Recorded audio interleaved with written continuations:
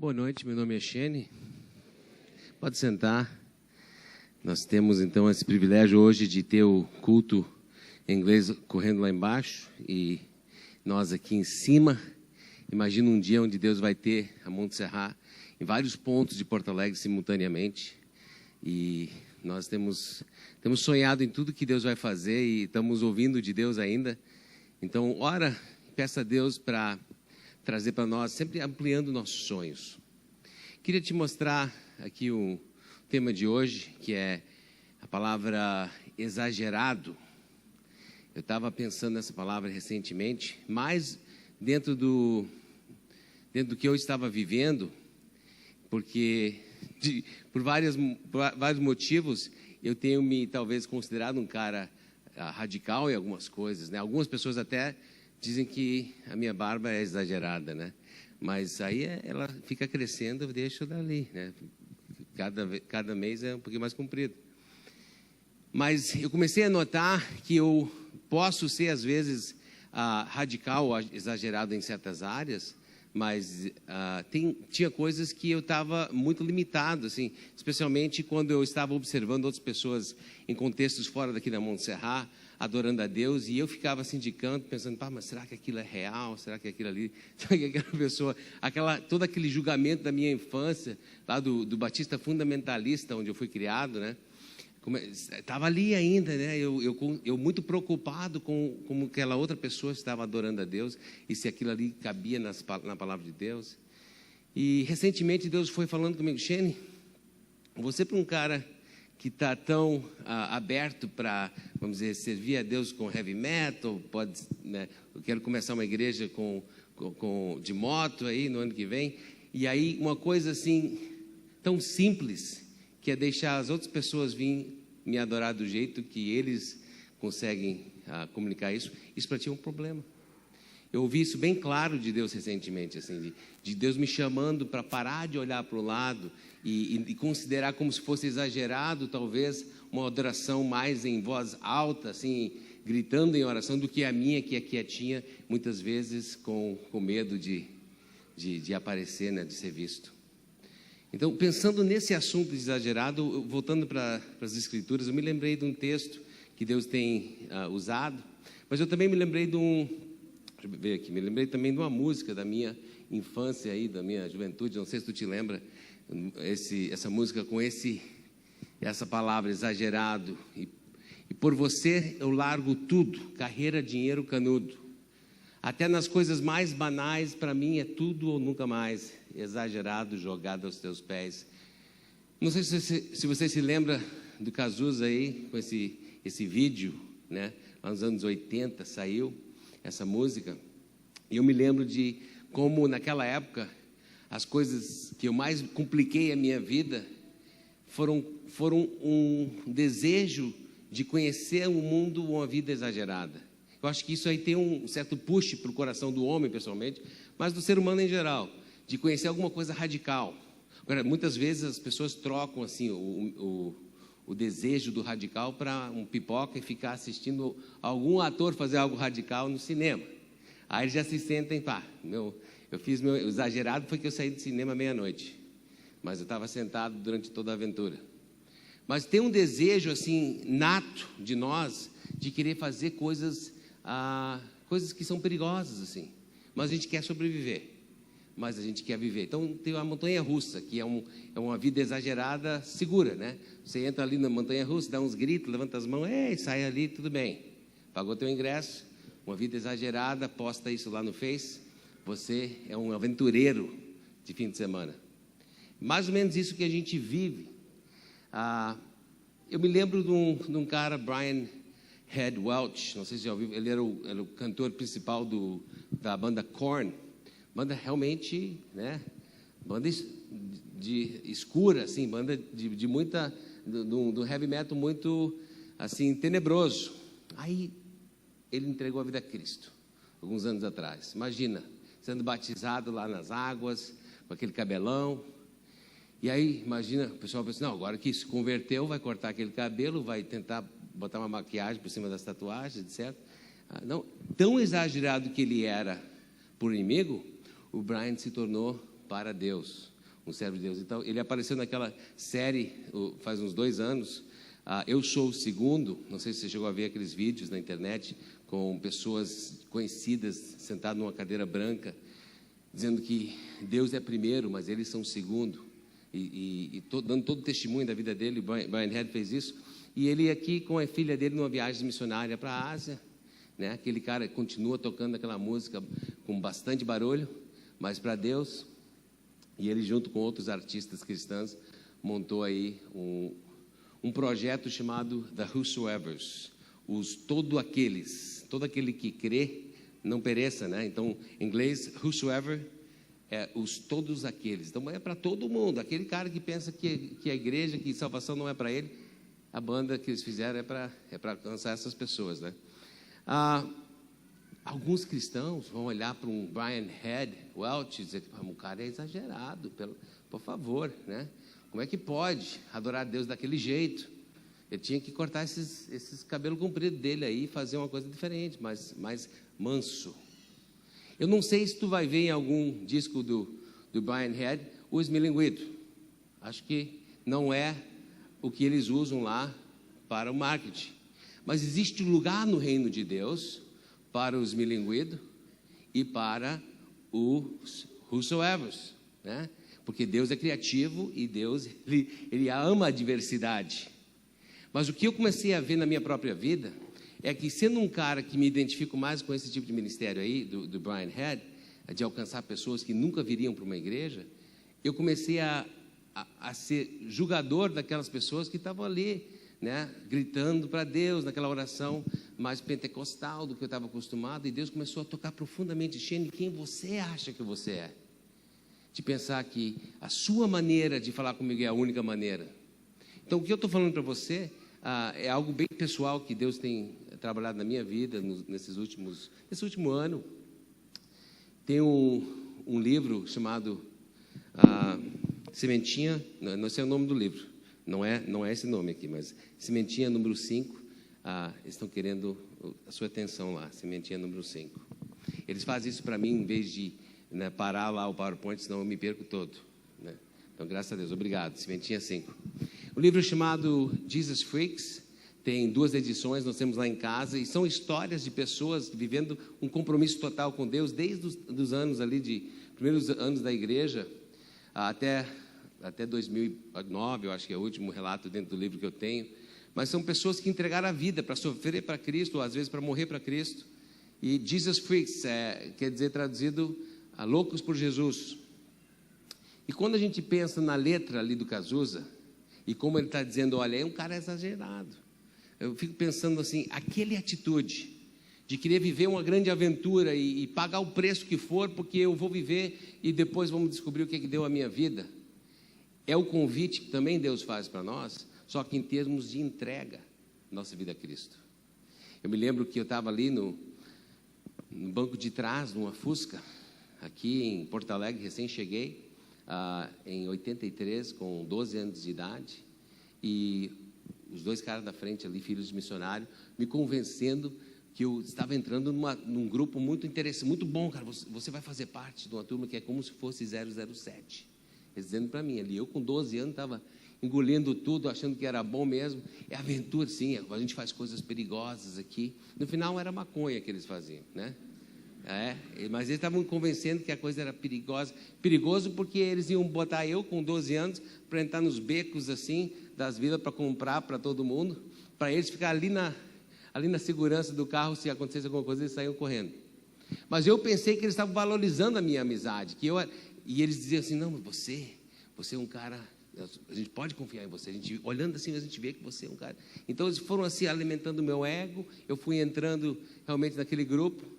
Eu vi que muitas coisas perigosas realmente eu me envolvi. Eles convenceram meu pai para me permitir ir para São Leopoldo cada 15 dias, passar os fins de semana para ser discipulado por eles, né?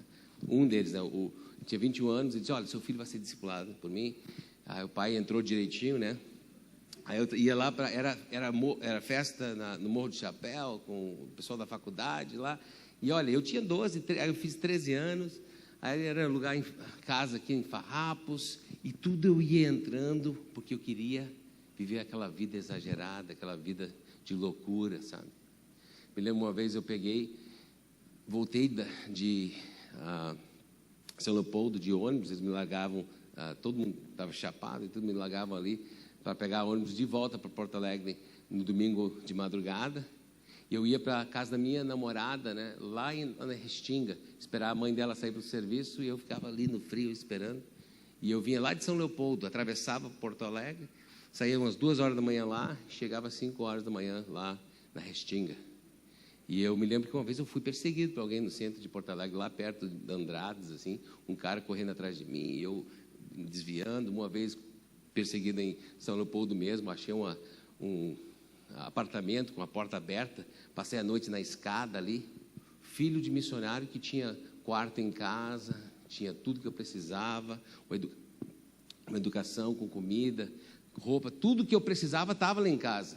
Mas eu recusando aquela vida porque eu queria algo exagerado, algo que fosse uma aventura. Aí eu fico pensando como o diabo é astuto em trocar aquilo que Deus oferece para nós, que é uma vida de impacto, uma vida de perigo para viver para Ele mesmo, para uma coisa que não tem nada a ver, que vai nos destruir. E dizer que aquilo que é legal, aquilo que é exagerado. Olha só, Paulo entendeu a diferença.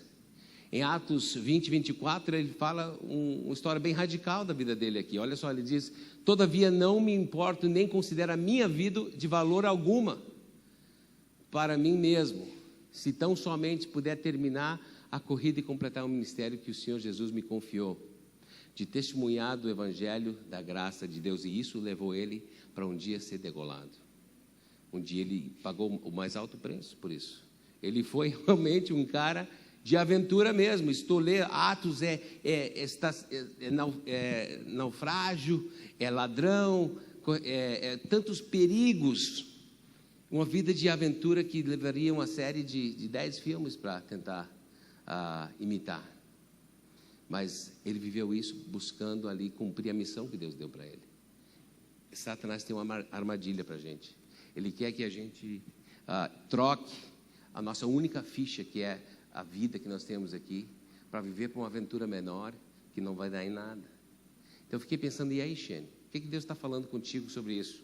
Pensei na minha história e como eu tenho desejado criar a minha família, meus filhos e a minha esposa, dentro de uma cultura onde a nossa família fosse radical. E nós temos, em várias áreas, temos tido grandes experiências, mas em outros nós estamos ainda crescendo, como eu testifiquei, de não ficar julgando a experiência espiritual de outra pessoa. Estou crescendo aí nisso aí. É um processo, né?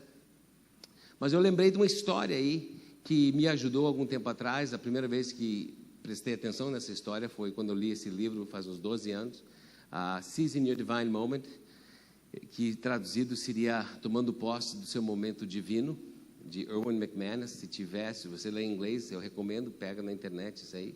Não sei se saiu em português esse livro, mas realmente impactou minha vida nessa questão de imaginar uma vida radical para Deus.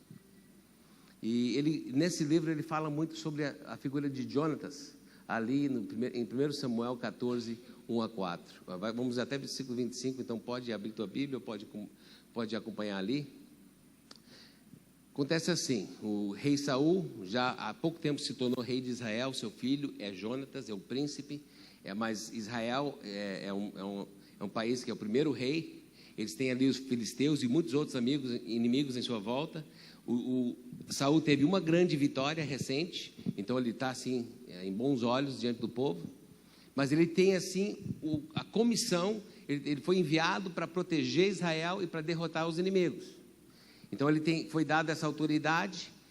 Em Israel só tem 2 espadas. Uma está na mão dele, outra na mão do filho. Imagina, todo um país com só 2 espadas naquela época. É por causa que os filisteus controlavam toda a questão do aço, do cobre, do bronze ali, e eles não permitiam eles terem espadas para eles nunca poder lutar contra eles.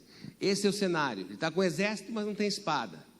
O Jonatas está ali, provavelmente deitado debaixo das estrelas, com seu escudeiro. Aquele cara é o único que ele tem como comando. Ele não é general, ele não é comandante, ele tem um escudeiro. Ele é o príncipe com o escudeiro. Se fosse nossa igreja aqui, seria um membro da igreja com seu discípulo. Ele está discipulando uma pessoa e esse cara está seguindo ele. É basicamente isso.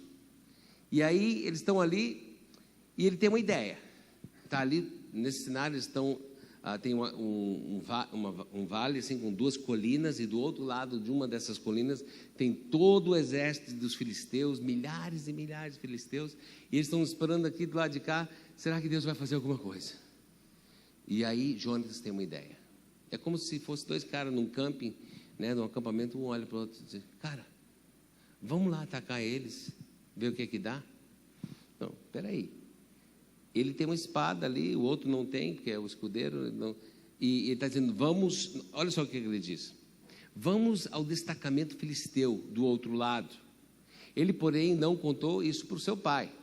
Tem vezes que nossos filhos não contam coisa para nós, geralmente porque estão fazendo algo errado, né? Não posso contar para o pai. Nesse caso, é porque o pai dele está fazendo algo errado. O pai dele, que era rei Saul, ele estava fazendo errado de não cumprir a missão que ele foi dado. Ele estava ali sentado debaixo de uma árvore. Ele não estava tomando nenhuma ação proativa. Então ele diz: olha, já que ninguém vai fazer nada, vamos nós fazer alguma coisa para Deus. Talvez Deus faça alguma coisa. Olha só, eu gosto da atitude desse cara. Ele, porém, não contou isso ao seu pai. Saul estava sentado debaixo de uma romanceira na fronteira de Gibeia. Agora, só para te mostrar a região. Quando ele disse que nós vamos para o outro lado, essa região que eles iam ter que passar por esse vale ali e escolher, eu só não sei se é a direita ou a esquerda que eles iam ter que subir, mas independentemente ia ser ralado o negócio. E aí eles vão praticar algum tipo de alpinismo ali. Agora, eu não sou alpinista, talvez isso vai surpreender você, mas eu não sou alpinista. Eu já subi um pouco naquela máquina que tem dentro da academia, né, que ela simula alpinismo ali. Também já fui naquelas paredão assim, e já fui até tocar o sino lá em cima. Foi com muito trabalho e 5 pila para o cara que estava com a corda, né, dar uns puxão. Mas eu imagino que subir uma colina dessas aí para lutar de espada lá em cima não seria uma coisa muito agradável. Olha só como é que desenvolve essa história aqui. Então, o Jonatas tem a ideia de fazer alguma coisa radical, talvez exagerado, alguns diriam. O Saul depois pensa assim. Mas o Saul está ali com autoridade. Ele tem posicionamento geográfico, né? Diz ali, ele já está na fronteira ali. Ele não precisava nem ir para a fronteira para começar a fazer o trabalho dele. Mas ele está lá. Mas está debaixo, está na rede, debaixo de uma árvore. Ele está com recursos humanos. Diz assim: com ele estavam 600 soldados. E com Jonatas estava quem? Só esse escudeiro. Então ele está ali com tudo que ele precisa na mão. Não só isso, ele tem recurso material. Depois a gente vê no texto que ele tinha uma espada, como Jonatas também tinha uma espada. Unção de Deus. Diz aí, ó, Aias, que levava o colete sacerdotal. Aí depois olha no texto, toda a lineagem de profetas estava ali para fazer o que for necessário para abençoar o Saul para cumprir sua missão. Então ali, colete sacerdotal quer dizer, eles estão ali com todo o sistema de orar, pedir a Deus, tá, o que a gente faz? Vamos por ali, Deus vai dizer, Deus vai responder, eles vão ter vitória. Só que em vez de fazer qualquer coisa, com toda essa responsabilidade, o que Saul está fazendo? Ele está sentado ali, esperando Deus usar outra pessoa. E Deus usa. Vem o seu filho ali, quietinho. Ele, vamos lá. Olha só o que ele disse. Então, havia um penhasco norte na direção de Micmas e outro ao sul, na direção de Gebá. Então Jonatas disse ao seu escudeiro: vamos ao destacamento daqueles incircuncisos. Eu não vou descrever exatamente o que é incircunciso, mas vamos dizer assim, ó, eram os caras que não eram de Deus. Eram os caras ali que estavam contra.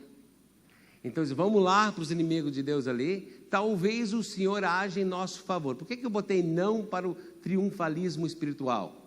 Porque tem um certo tipo de falatório cristão, que diz, olha, nós só vamos sair se a gente souber que Deus vai dar vitória. Ou tentar dizer que Deus vai dar a vitória sempre da forma que nós pedimos. Que Deus tem que nos obedecer, como se ele fosse o gênio da lâmpada e nós vamos mandar nele. Eu gosto da atitude de Jonatas. Ele diz assim, ó, cara, está aqui o desafio. Tem uma colina, não vamos ter que superar isso aí. Do outro lado tem milhares de soldados e tem alguns em cima também, que pode jogar pedra na cabeça. E vamos para lá para ver se Deus faz alguma coisa. Se eu fosse o escudeiro, deitado lá, eu ia dizer: cara, tu tem certeza que Deus vai fazer alguma coisa? Porque é muito arriscado isso aí. Isso aí é muito exagerado mesmo. E olha só, o plano dele fica pior ainda. Ele diz: pois nada pode impedir o Senhor de salvar, seja com muitos ou com poucos. Ele não precisava saber o que o Senhor ia fazer, como nós também não precisamos. Nós temos aí Porto Alegre para ser alcançado para Cristo, e nós não precisamos saber como Deus vai fazer isso. O que nós precisamos fazer é olhar para a pessoa do nosso lado e dizer: cara, vamos lá, vamos tomar um risco, vamos fazer alguma coisa. Talvez Deus haja por nós, porque eu sei quem é Deus, não o que Deus vai fazer. Olha só o que ele diz: pois Ele é o tipo de Deus que, seja por poucos ou por muitos, Ele pode vencer qualquer coisa. Eu sei quem Ele é, o que Ele pode fazer. Então não precisa me dizer, Deus, o que você vai fazer. Eu vou obedecer aquilo que eu já sei, que é ir. Então eles vão. Disse o seu escudeiro: olha só a confiança que ele tem: faze tudo que tiveres em mente, eu irei contigo. Sabe, nesse contexto de discipulado, a gente tem conversado muito sobre isso aqui, e nós seguimos, sem dúvida, nós seguimos Jesus Cristo aqui. Jesus Cristo tem colocado homens e mulheres na nossa vida aí, para nos ajudar, e nós para ajudar outros. Eu e Michele, nós temos esse privilégio. Miguel e Tiesa são um dos casais. Nós temos um privilégio de caminhar com 13 casais. E eu fico pensando, se eu chamar o discipulado, até tem um WhatsApp lá do nosso discipulado aí, chamado Homens de Valor. Se eu postar ali no Homens de Valor, pessoal, me encontra ali na Vila dos Papeleiros, 4 horas da manhã, nós vamos fazer um evangelismo. Será que vem? São 13, cada um tem sua família, tem seus filhos. O Miguel mora lá em Novo Hamburgo. Mas olha, antes de eu colocar isso, eu tenho que ter certeza que Deus está me dizendo para agir. E aí, depois é outro assunto se os caras vão seguir. Nesse caso, olha só o que o cara diz ali: cara, eu sei da tua vida, Jonatas, eu sei do teu caminhar, e onde você for eu vou seguir. Há pouco tempo eu tive o privilégio, numa conversa com o Teste, de dizer: cara, Deus está fazendo grandes coisas na Montserrat aqui. Eu e Michele estamos indo para passar 3 meses nos Estados Unidos, para comunicar para eles. Eu saio essa semana, ela já está lá, para comunicar para as igrejas que nos manteram para 22 anos como missionários aqui no Brasil, que nós estamos assumindo uma posição de pastor aqui na Montserrat, que é uma troca já de caminhada nossa. Então, 22 anos a gente recebe como missionário de lá, e agora nós vamos falar e convidá-los para vir conosco e continuar a jornada através da Montserrat, plantando igrejas em tudo que é lugar naquela mapa ali. Mas quando eu for para lá, eu tenho que poder dizer para eles: cara, Deus está fazendo várias obras em Porto Alegre, Santa Cruz, Zona Sul, Canoas, e sem dúvida, tá, mas e qual vai ser o futuro? Para onde é que vocês vão? Então nós temos sentado, nós passamos uma noite legal ali, os pastores, das 11 horas às 6:30 da manhã. Foi legal, né? O Teste fez um chamado daqueles, né? Parecido com eu acabei de falar. Olha, tinha que fazer um planejamento, foi a semana passada agora. Tinha que fazer um planejamento. Tá, mas eu não consigo, esse dia eu não consigo. Esse dia, cada um tinha um dia que não conseguia. Então, vocês estão liberados das 11 às 6? Estamos, né? Todos. Então, vamos lá. E foi um tempo precioso, em oração e tudo. Mas eu fico pensando, se Deus bota um cara um pouquinho mais fraco para liderar esses homens aí, os 6 pastores, 5 pastores, né? O que seria? Eu dou graças a Deus que Deus colocou na minha vida um líder como o Tércio, porque várias vezes ele chegou junto comigo e disse: Shane, isso aí que você está fazendo não pode ser assim. E para chegar assim, às vezes tem que ter coragem. Mas ele é grande também, então ele tem coragem. Mas sabe que Deus usou a vida dele muitas vezes. E eu fico pensando: será que eu sou uma influência na vida de quem está seguindo Cristo ao meu lado? Para que eles pudessem dizer: Shane, vai que estamos contigo. A gente vê claramente que você está seguindo a Cristo. Então vai que nós estamos contigo. É o que aconteceu nessa história aqui. Jonatas disse: venha, vamos atravessar na direção. Olha só a estratégia dele. A estratégia não precisa ser lógica, né? Para servir a Deus para uma loucura. Ele diz assim: vamos atravessar na direção dos soldados, lá na colina, né? E deixamos que nos avistem.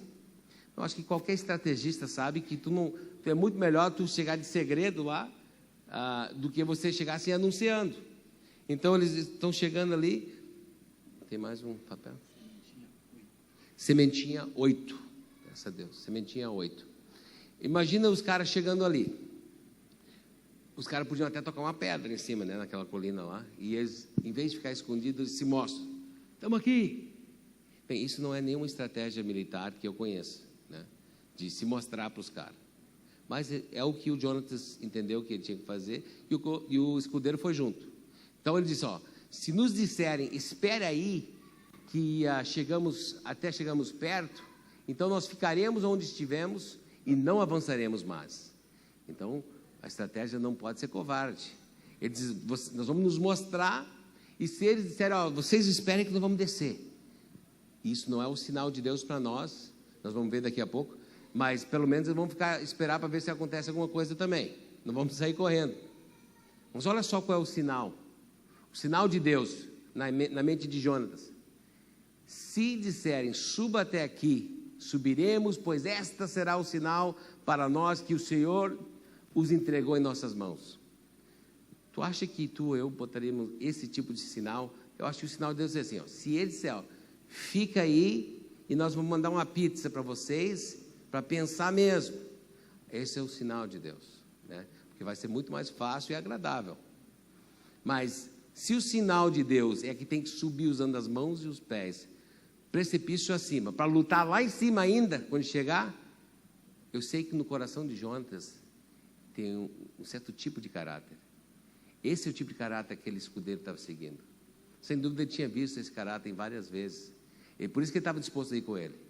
Então ele diz: olha, nós não vamos escolher o mais fácil, nós vamos escolher o mais difícil, porque aí Deus vai ser honrado, aí que Deus vai mostrar a sua glória, aquilo que é impossível para o ser humano. Então ele diz: olha, se vier o convite, nós vamos subir e aí vai vir a vitória mesmo.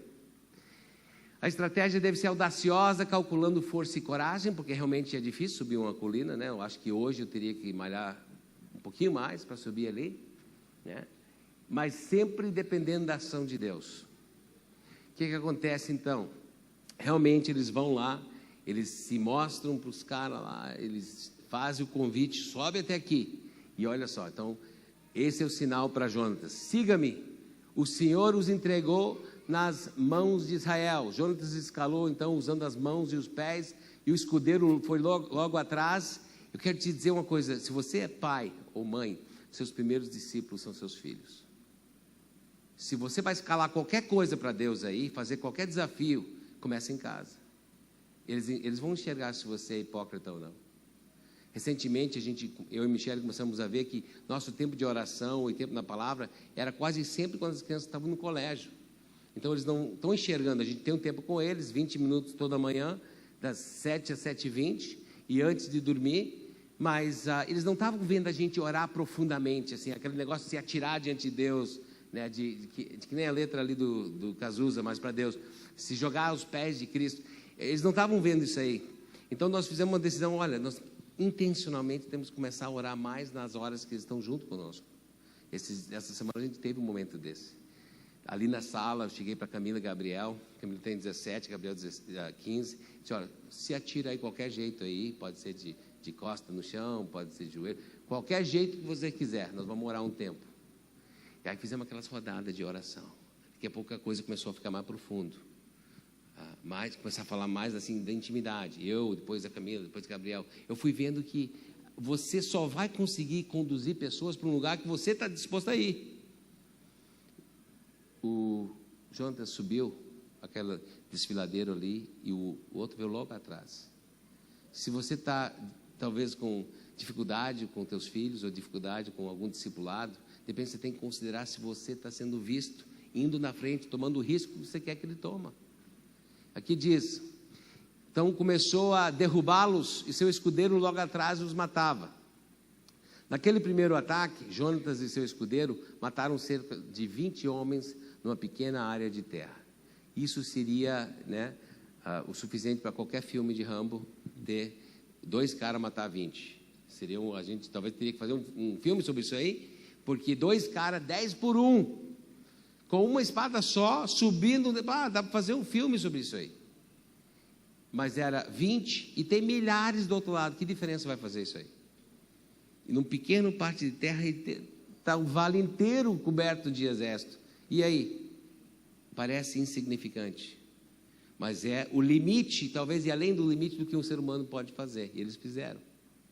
Mas é quando a gente obedece naquilo que Deus coloca na nossa mão, colocando a estratégia de força e coragem, de audácia, de dizer, Deus, eu vou fazer algo para ti, não que é o mais fácil, mas algo que traz a tua presença para o momento, porque se você não me resgatar, não vou sobreviver mesmo.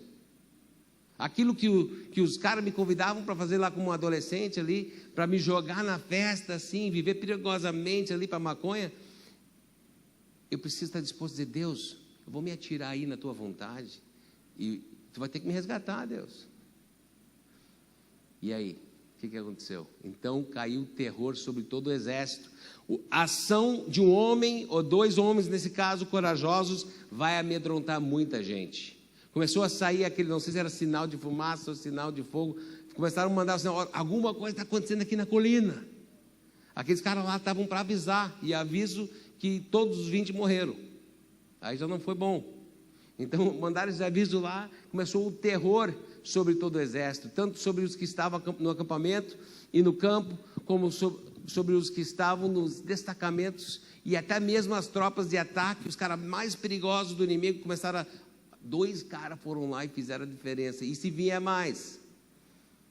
Então a ação ali começou a fazer um efeito, mas Deus ainda não tinha entrado de fato com a sua mão. Mas olha só o que acontece, a próxima coisa. E aí o chão tremeu. Houve um pânico terrível. Depois da obediência, veio o milagre. E aí o chão tremeu, aí não tem mais nada. Aí é realmente cada um por si. Começaram a correr para tudo que é lado. As sentinelas de Saul, então, em Gibeia de Benjamim, viram o exército filisteu se dispersando. Então, lá do outro lado, os caras que estavam esperando, o rei que estava ali, dormindo, esperando Deus fazer alguma coisa, eles disseram, olha, nossos inimigos estão tudo correndo. Mandaram notícia para Saul, correndo em todas as direções. Enquanto Saul falava com o sacerdote, o tumulto, então o Saul tenta fazer uma reunião ali de liderança, então chama aí os caras, alguma coisa Deus está fazendo. Mas imagina do outro lado da colina, todo aquele barulho, então um barulho de alguma coisa acontecendo, de guerra acontecendo, Deus lutando por eles. Chegou a tanto barulho que ele não conseguiu nem fazer a reunião dele de organização ali. Ele ia fazer uma oração para ver se Deus queria o que Jonas já estava fazendo. Tem gente que é assim, né? Vamos orar para ver se Deus quer que eu seja um discipulador. Vamos orar para ver se Deus quer que eu fale dele. Não precisa orar sobre aquilo que Deus já falou. O que você precisa orar é que você tenha força e coragem para obedecer aquilo que você já sabe. Então ele está ali querendo chamar o sacerdote, depois olha só como é que fica a coisa. Então Saul, cada vez mais, então Saul disse ao sacerdote, não precisa trazer a arca, vamos entrar de uma vez. Então Saul e todos os seus soldados se reuniram e foram para a batalha. Assim, um retrato de um líder incerto. Ele parado, o filho dele vai lá com o escudeiro e faz, Deus age, depois ele quer saber se é isso mesmo, traz, aí vamos orar sobre isso. E aí tanto barulho da vitória, então ele não consegue nem falar um com o outro, deixa, vamos lá então. Esse era o Saul. Olha só o que acontece na vida de Jonatas. Ele está influenciando para tudo que é lado. O cara embaixo dele ali, o único que estava no seu comando ali, seu escudeiro, já seguiu morro acima. Agora Saul, o rei, ele entra na batalha seguindo o próprio filho, levando todos os soldados juntos. O que mais acontece? Encontraram os filisteus em total confusão, ferindo uns aos outros com suas espadas. Talvez você já foi tentado a pensar assim, Deus, como é que aquele negócio do mundo ali tem tanto recurso e tua igreja não tem? Como é que aquele projeto social que não fala nada do teu nome tem tanto recurso e nós queremos amar pessoas, cuidar delas no teu nome, nós não estamos sempre lutando para ter recurso, Deus? Eu imagino que alguém naquela época deve ter pensado: Deus, nós estamos querendo aqui representar teu povo e nós temos 2 espadas. E tem centenas e centenas e milhares de espadas do outro lado do morro. Tem algo errado aqui. Deus deve ter errado. Mas Deus sabe o que está fazendo. Chegou o momento da batalha, tremeu a terra, agora eles estão se matando com as espadas que estão na mão deles. Olha só o que acontece: ferindo uns aos outros com as espadas. Continua a influência do ato corajoso ali de Jonatas. Alguns hebreus que antes estavam do lado dos filisteus e que com eles tinham ido ao acampamento filisteu, passaram para o lado dos israelitas, que estavam com Saul e Jonatas. Eu sei que é difícil acreditar que teria traidores, né? Mas naquela época teve. Mas talvez hoje em dia aconteça também. Pessoas que vão ser abençoadas por Deus dentro de um corpo e depois, talvez em outro contexto, começar ali a, talvez, fofoca, ou talvez crítica, e começar ali a minar aquilo que Deus tem usado até para abençoar a vida deles. Mas sabe o que acontece aqui? Coragem de Jonatas e de seu escudeiro trouxe até aquelas pessoas de volta. Eles viram: o que eu estou fazendo aqui? Lutando com os inimigos de Deus contra o povo de Deus? Não. Aí estava todo mundo se batendo com as espadas, então pegou um ali, entrou na batalha para Deus. Olha só como a influência do momento ali que o Jonatas tomou posse, ele influenciou seu escudeiro, ele influenciou seu rei, seu pai. Os traidores voltaram, e não só isso, quando todos os israelitas que haviam se escondido nos montes de Ifrem ouviram que os filisteus batiam em retirada, também entraram. Sempre vai ter os que chegam tarde para a luta, mas eles vão celebrar junto. Graças a Deus, que bom que vieram. A influência de Jonatas foi geral, em todas as direções. E eu fico pensando: o que seria de uma igreja que nem a Monte Serra, se em vez de a gente ficar talvez criticando como o mundo vive essa vida exagerada que eles fazem, assim, de noite, aquelas noitadas e coisa, e álcool, então se atiram aí nas festas, e se nós tivéssemos força e coragem para viver com aquele tipo de intensidade uma vida para Cristo, uma vida que Cristo seria enxergado em nós. Assim o Senhor concedeu vitória a Israel naquele dia, e a batalha se espalhou para além de Bet-Avém. Então, pensando nesse assunto, nesse texto, e daí?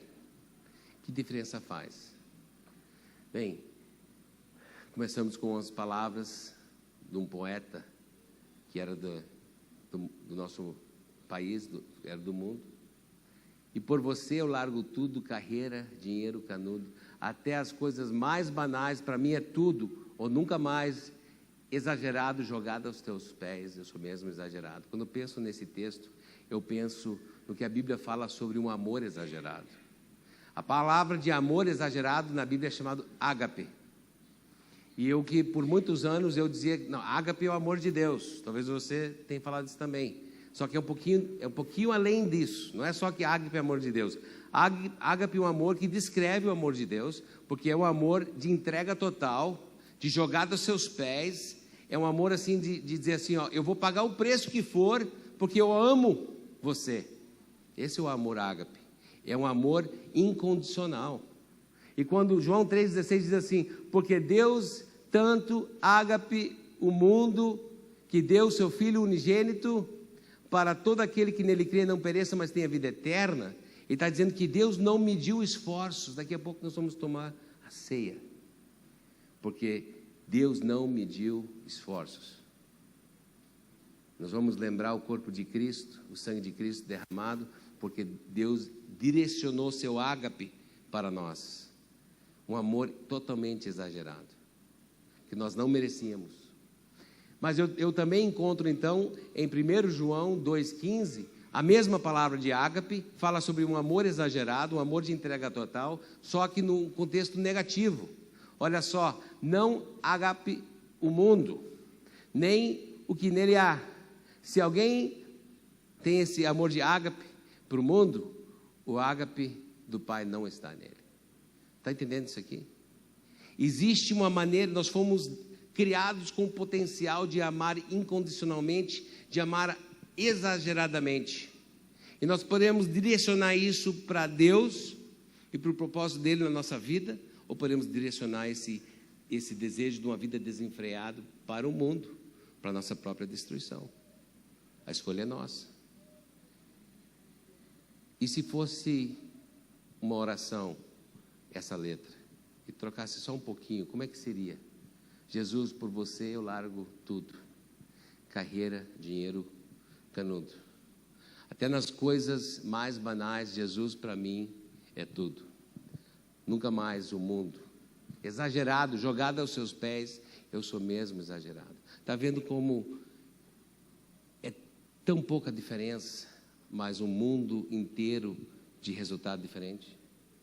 É de pegar um amor que Deus nos deu, em vez de entregar isso para nossa própria destruição, nós pegamos aquele desejo de viver uma vida que é uma aventura e nós colocamos isso mirado em Cristo e ver o que Ele vai fazer. Quero chamar nossos músicos para vir para cá agora. Sabe que eu estava vendo um programa no Netflix com o Gabriel há pouco tempo, e ele dizendo, era o programa Do or Die, não sei como é que é em português isso aí, mas eles mostram cenários assim muito perigosos, que alguém quase morreu, e aí eles dão antes de dizer como terminou a história, eles dão 3 opções de como você pode sair daquela. E se tu optar 1 ou 2 errado, daí tu sabe que tu se lascou ali. Então, esse capítulo era sobre correndo com os touros na Espanha. Aí um cara tinha caído ali diante dos touros. Aí, opção 1, se esconde dentro de uma daquelas portas, né? Enquanto passa os touros. Número 2, chuta a cabeça do touro quando vier.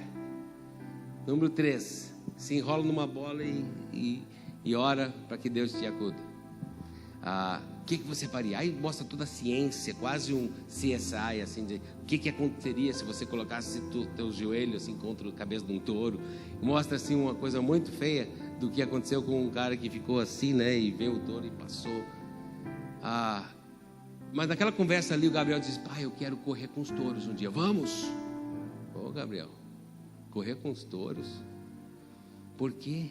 Mas sabe o que me veio na cabeça? Não vou questionar esse negócio. Sabe o que eu falei? Gabriel, eu gosto do teu estilo. Disse: Gabriel, eu gosto. No teu coração tem um coração de aventureiro, cara. Tu quer fazer coisas perigosas, meu. Tu é homem mesmo. Só que será?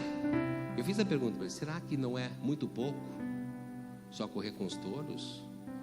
E se a gente morre naquilo ali que não vale nada, será que a gente não tinha que fazer algo de mais valor? Aí começa a conversar sobre o que seria uma vida de impacto.